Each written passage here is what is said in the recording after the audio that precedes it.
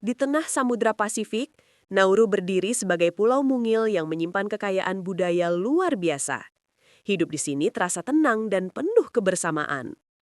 Warga Nauru hidup sederhana, saling mengenal, dan menjunjung tinggi nilai keluarga serta hormat pada para tetua. Setiap hari diwarnai aktivitas yang dekat dengan alam. Memancing, mengolah kelapa, menanam taro, dan menikmati kebersamaan di tepi laut. Bahasa Nauruan menjadi kebanggaan nasional, meski bahasa Inggris juga digunakan luas. Budaya tradisional masih kuat terasa. Cerita rakyat diwariskan secara lisan, mengajarkan nilai moral dan sejarah leluhur. Kerajinan tangan dari daun pandan dan serat kelapa memperlihatkan keterampilan serta cinta pada tradisi. Dalam dunia seni, Nauru punya tarian khas seperti Frigate Bird Dance yang meniru gerak burung laut. Musik tradisional berpadu dengan nyanyian dan irama drum menciptakan suasana hangat dalam setiap pesta dan perayaan. Dua momen penting selalu dinantikan. Hari Kemerdekaan, 31 Januari, dan Angam Day, 26 Oktober. Hari syukur atas keberlangsungan bangsa Nauru. Pada hari itu, seluruh pulau bersatu dalam tarian, nyanyian, dan jamuan besar.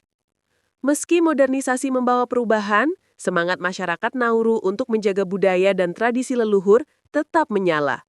Kecil pulaunya, tapi besar jiwanya. Di tengah Samudra Pasifik, tersembunyi pulau mungil bernama Nauru, negara terkecil di belahan bumi selatan. Meski kecil, jiwanya besar.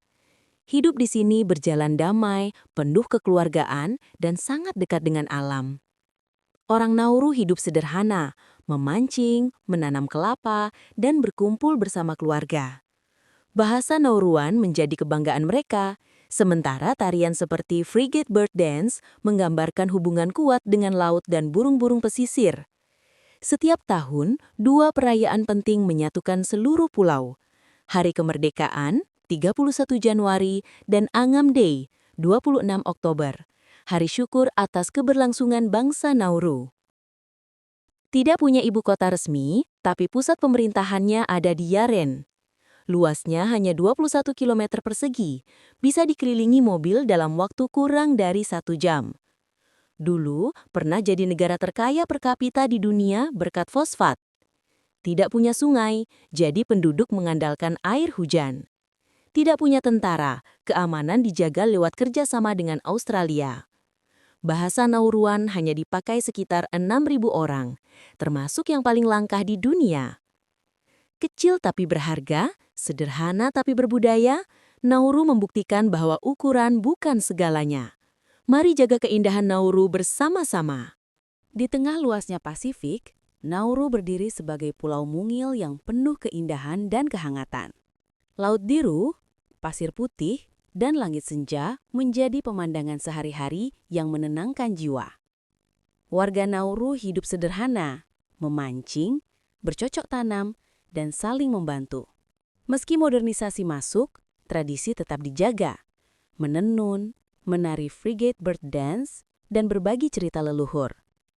Sebelum dikenal dunia, Nauru hanyalah pulau kecil di tengah Samudra Pasifik yang dihuni oleh suku-suku Polinesia dan Mikronesia.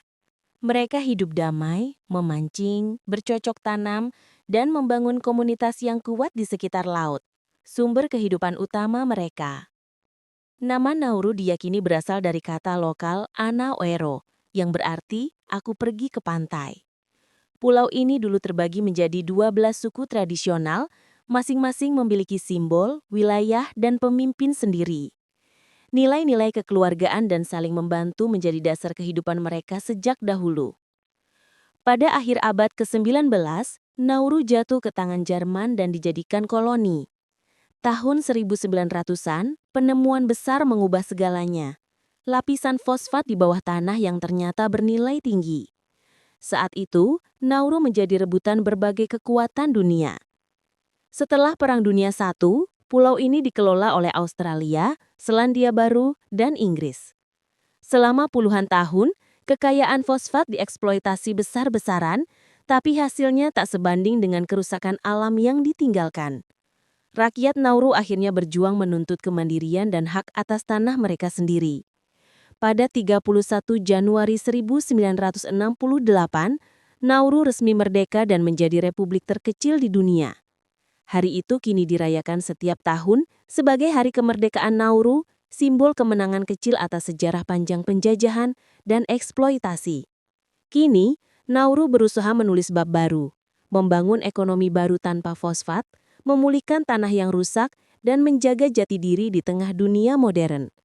Mereka mungkin hanya setitik di peta, tapi kisah perjuangannya dari penjajahan, kejayaan, kejatuhan, hingga kebangkitan adalah cermin keteguhan hati sebuah bangsa kecil yang tak pernah menyerah. Budaya Nauru tak bisa lepas dari kisah-kisah lama yang diwariskan secara lisan. Dalam setiap cerita, laut, langit, dan roh leluhur menjadi pusat kehidupan, tempat asal mula segala sesuatu. Salah satu legenda terkenal bercerita tentang Areop Enap, dewa laba-laba pencipta dunia. Konon, Areop Enap menenun jaring raksasa yang menjadi langit dan bumi.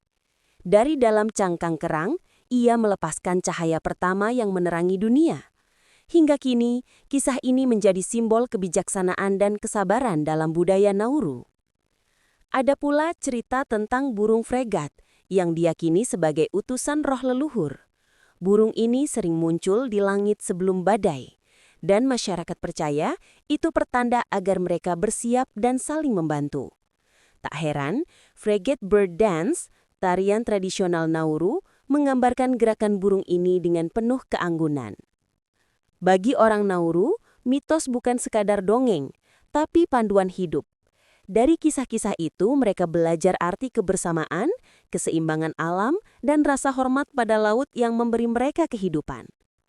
Meskipun zaman modern datang dengan teknologi dan perubahan gaya hidup, cerita-cerita lama Nauru masih diceritakan di rumah, sekolah, dan festival budaya. Mitos mereka mengajarkan satu pesan abadi.